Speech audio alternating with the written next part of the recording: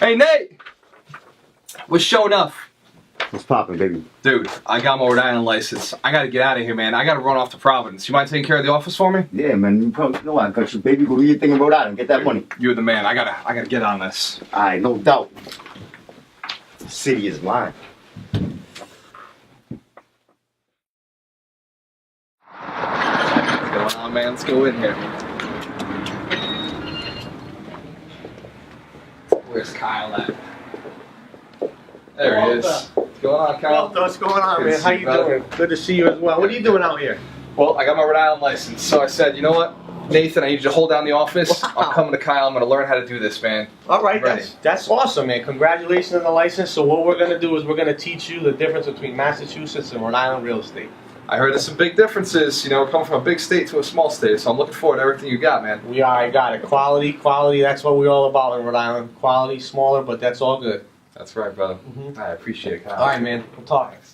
Hey, guys. Gualter Amarelo, Cameron Real Estate Group here. I'm here with Kyle Seyboth from Keller Williams. Why don't you tell us a little bit about yourself, brother? So, Kyle Seyboth, Keller Williams Realty.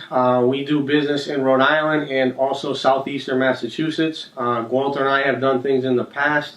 I work, my wife and I work together, my wife Sarah and myself, and we do a lot of business with first-time buyers, investors, commercial properties, and just any real estate needs that folks may have. Yeah, now, I've worked with Kyle before, and I remember the first time I sat down with him, I said, I got a bunch of property, I own all this stuff, and I was like, so what are you at? And he was like, I got like 40 houses. It's just, I'm a little investor. I sell, 250 houses a year, but this year I'm gonna sell like 300. And my jaw dropped, and I said, okay, one day I'm gonna learn from this guy. I'm gonna sit down and gather him. And now I've got him. I've got him in one place right here. I've got my Rhode Island real estate license. It's time for me to learn from the best. So I got some questions, man. And these are like Rhode Island, Massachusetts questions that I think a lot of people already know about, and I just don't know how to deal with it.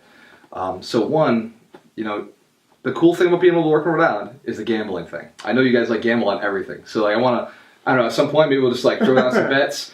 I'm thinking maybe I'll close more deals than you this week or something like that. Is that cool with you? Yeah, I mean, we can, I'm not a gambler, so it's not my thing, but hey, in Rhode Island there is legalized gambling, so some folks do gamble, but I am confident in what I do, so we could throw a friendly wager out there that for the month of December, we'll do the Seyboth team versus Gualter, and we'll see who comes out. I like to kind of flip that a little bit. So It's not about more. For me, it's not about more deals. It's about helping more people. So for me, it's how many people can you help in a period of time, and how many happy people do you have? So I would say let's flip that, and for the month of December, maybe put together a friendly wager, maybe a dinner, on a dinner. Right. Who helps more happy clients for the month of December? Now that's what I want to do. Now you mentioned dinners. Now Providence is one of the best places to eat out in the entire state of Rhode Island. You got all the different stuff. Yeah. Now if we're going to do this dinner, if we're going to do this wager, which I'm already pretty sure you're going to be paying for, where are we going to go to eat? And what's the spot, man? So that's a good point. So that leads into Providence on a whole. So Providence has many different restaurants. We have the Federal Hill area of Providence. We also have downtown. Couple of my favorites. We have the Capitol Grill, which is obviously there's chains worldwide, and then you also have Fleming's downtown. I would say we could pick one of those places, and that's where we could get started, right in the center of town, and kind of go from there. I like it, man. All right, so I'm thinking Fleming's because I've been to Capitol Grill before and other places, not in Providence, but Fleming's sounds more local, and if we're gonna be helping people making smiles, that's where I want to be.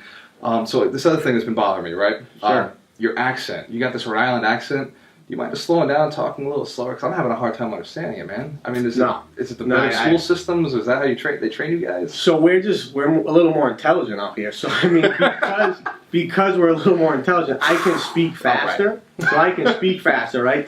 My clients get that. We're just working with a high class, high educated client base. So you'll get there. Yeah, you'll get there. I'm learning right now.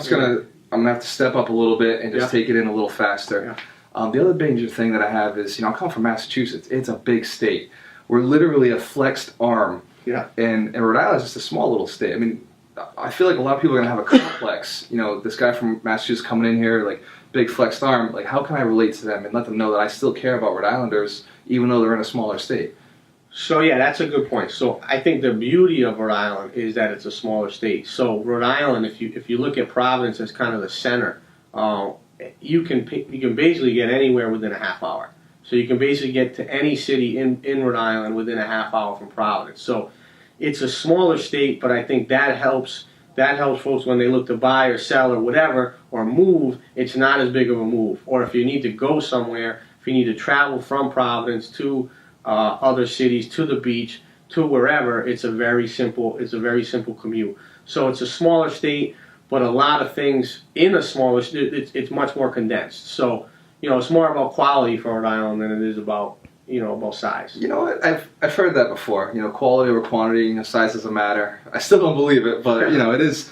I genuinely do. I spend a lot of time in Providence. Spend a lot of time in Rhode Island. I really do enjoy the people. I enjoy being here.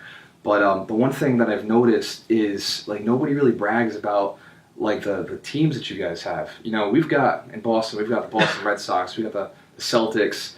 And out here, we've got these things. I don't even know what a paw is. You got the Paw Sox. Yeah. And then you got the Pawtucket Bruins. There's this It would paw be the thing. Providence Bruins, but that's okay. Is it the Providence Bruins?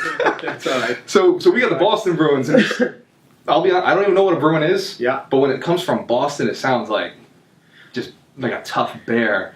Yeah. So I'll flip that around. So at least our tickets are less expensive. True. Right? So you can go. So again, it gets to affordability, right? Yeah. So Providence and Rhode Island, right? We have less expensive ticket prices for these same games, right? You can watch. Yeah. You can watch hockey. You can watch baseball for 1/3 of the price. So how can you beat that? Talk about value, right? So now we talk about value. We talk about houses and values in houses. I think you see the same thing with houses. You can see the same thing in real estate in Providence and in Rhode Island, where we have, in my opinion, Rhode Island is much more a good place for a starter home. And people can actually they can get into Rhode Island for $250,000 or less in a turnkey property. Massachusetts, not happening. It's very difficult to make that happen. So for me, I think it all, you take that sports analogy and you bring it down to real estate, I think it works. I think it makes a lot of sense. So now you and I are both investors. You've been in the game a little longer than me. You got a lot of knowledge. You've looked at both Massachusetts. You've looked at both Rhode Island. Now, we're going to go back to gambling again. Yeah. I'd like to gamble that I can probably get a better cap rate than you. But we had this great conversation earlier, and your cap rates sound like they're pretty awesome when we're down. Do you mind giving me a little bit of an idea of what a cap rate is? Because I know a lot of people don't understand that. And then how they compare to Massachusetts, just why it's a little bit better out here.